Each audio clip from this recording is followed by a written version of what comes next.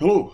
In this video, I want to explain how Tito and Stalin went from being portrayed as two brotherly figures.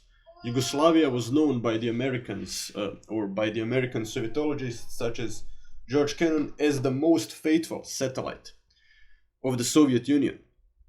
And I want to explain how they went from such relationship to essentially being two enemies. And I also want to explain how that break actually reshaped the history of communism. Okay, so let us start with the beginning of tensions between Yugoslavia and the Soviet Union. During World War II, Tito did show more autonomy than what Stalin preferred. For example, Stalin gave the order to all the partisan guerrilla movements across Europe to start their actions in urban environments. But Tito decided to move to the rural areas because he realized that through land redistribution he is more likely to get the peasantry on his side. Mao Zedong did the same thing. Then the tensions between Yugoslavia and the Soviet Union emerge again, with the Soviets entering into Belgrade and also some other Yugoslav cities. Rape occurs. Now, rape of Yugoslav women occurs. Now, what's interesting about it is that unlike the rape that was done in Germany, this was not done from hatred. This was done because the Russian military, or more broadly speaking, the Red Army, actually still had this traditional patriarchal mentality that existed for a long time, even in the imperial Russian army, and that is they believe that when you liberate an area, you have a right to essentially rape women as a reward. And Stalin was actually famously asked by Western journalists how he views rapes committed by the Red Army, and Stalin famously said that if a man fought all the way from Moscow up until Belgrade, that then he deserves to have a little bit of fun at the end. So yeah, Stalin definitely wasn't a social justice warrior, at least in that aspect. Like yeah, but okay, there were other actions being done by the Soviet Union that provoked, I would argue, Tito into essentially becoming independent. So exploitation of Eastern Europe was a problem. Historian Archie compares how the Soviets treated Eastern Europe to how Britain treated India, for example. It is also comparable to how the French treated some of their African colonies. So there was an economic imbalance, and the Soviets actually preferred Yugoslavia to be like a unindustrialized area that will then have to import Soviet goods. But Tito didn't like that.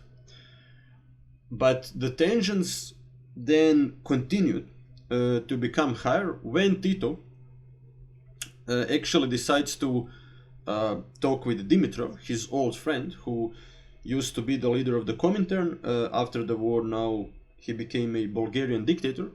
Tito and Dimitrov start talking about how there should be a Balkan Federation. You can see how it was supposed to look like in this map. So it would be this huge communist country just on the border of the Soviet sphere of influence. And Stalin didn't like that. Stalin was afraid that such a huge communist country, just on the border with the West, could become too independent. And so Stalin actually ordered Tito to stop negotiations around forming a Balkan Federation. And yeah, he's also provoked by the fact that Tito never asked him. Tito started talking with Dimitrov without permission. And then Stalin said he actually sends a letter to Tito in which he states, "I've heard that you, the Yugoslavs, speak of Soviet chauvinism in your Central Committee." And that is when Tito actually freaks out and he realizes, like, oh shit, I have a spy in my Central Committee. And it is this guy, Sretan Žujević, who is then sent to a re-education camp. Tito essentially used Stalinist methods against Stalin, and that guy actually was quote-unquote re-educated and given freedom after a while. And also something tragic happens. So Tito was afraid that one of his old friends, Andrija Hebrang, who had a reputation of being a Stalinist, might replace him. And so Hebrang is sent to jail, and there he is found dead. Like, he supposedly hanged himself. But yeah, he was something like Jeffrey Epstein of the 1940s. So I think we are right in assuming that Tito had him killed, and we actually do know that Tito, on the day of his death, sent a lot of money to his wife, or I should say widow. So it was kind of a Don Corleone move from Tito, like he still wanted to help his family after killing him. But now something interesting happens. The Americans are at first confused with this tension developing between Tito and Stalin, and the break finally happens when Stalin asks Tito to come to Moscow, like to explain himself. But Tito, he experienced Stalinist purges as a young man, and Tito, he's too smart to just go to Moscow and to leave his country where he's protected, and so he sends Kardel and Gilas to go. But Stalin is not happy, and he essentially like accuses Yugoslavia of nationalism. And Yugoslavia is eventually even thrown out of the Communism. And now the Americans are observing what's happening, and they are still not sure if this is some kind of a trick or what. But George Kennan, the guy you see on the screen, actually came up with this idea of the clean strategy, and he managed to convince the US Congress to send a lot of money to Yugoslavia. He realized that essentially by creating this independent communist country, Tito will kind of become a magnet for all the other dictatorships of Eastern Europe. So other dictators might try and imitate the Yugoslav model, in which essentially they will also be a totalitarian state, just like the Soviet Union, but they won't be economically exploited by the Soviets. And later, with Albania becoming a Chinese vassal state, essentially, which was pretty crazy for a European country to be.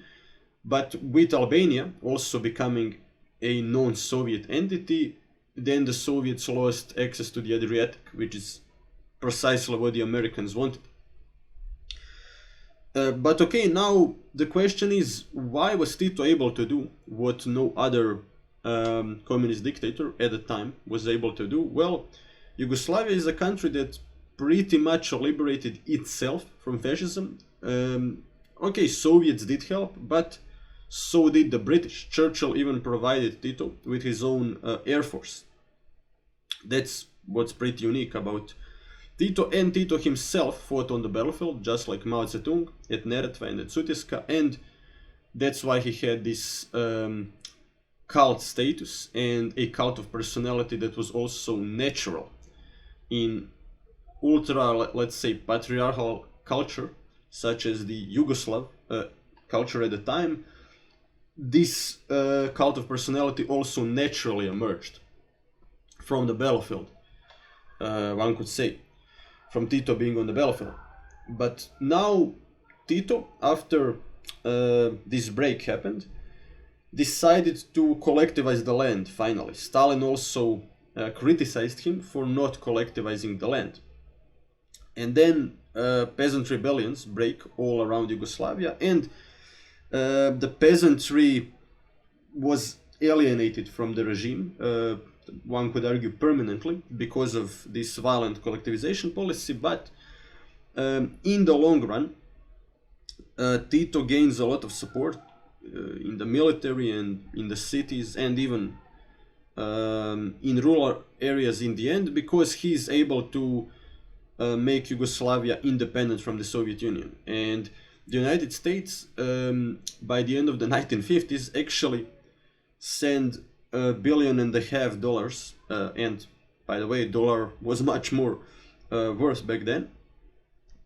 They sent it to Yugoslavia. And what's also important is that Yugoslav ideologue Kardelj was the first to come up with this idea of state capitalism. So the Yugoslavs, they essentially accuse Soviet Union of state capitalism, and today that is an accusation somewhat popular on the online left that are critical of the Soviet Union, but many of them probably don't even know that this comes from Kardelj, or the Yugoslav ideologue. And from the perspective of the Americans, that was like the best thing that could happen, to have a communist, like a true fanatical communist, accusing the Soviets of being heretics, essentially, like of not following the path of true communism. But then this break between Yugoslavia and Stalin also triggers, Banac argues, a famous historian argues, somewhere around 8,000 border incidents, and somewhere around 100 people in Yugoslavia are killed. Many are killed on the border between,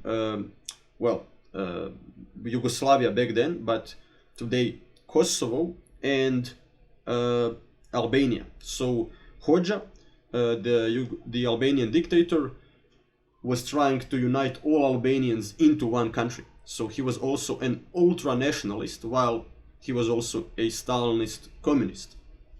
Hoxha, that is. And border incidents on the border with Kosovo, they happen a lot. And yeah, many Yugoslav people are killed by sniper fire.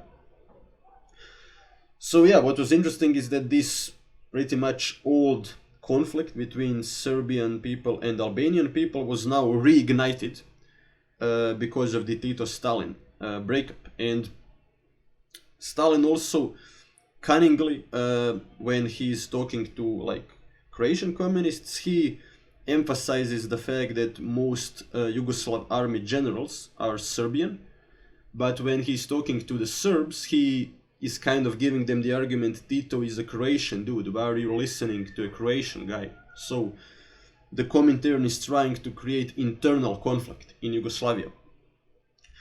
But now Tito responds by fanatically hunting down all Stalinists in his country and sending him to this island, the Naked Island, a very brutal prison, something like the Yugoslav Gulag, essentially, but you were tortured by heat instead of being tortured by cold weather. And if you were disobedient, you were forced to stand in very cold water throughout the day. But what it created, so your legs would be freezing and your upper body would be tortured by the sunlight. So you would be at the same time freezing and super warm.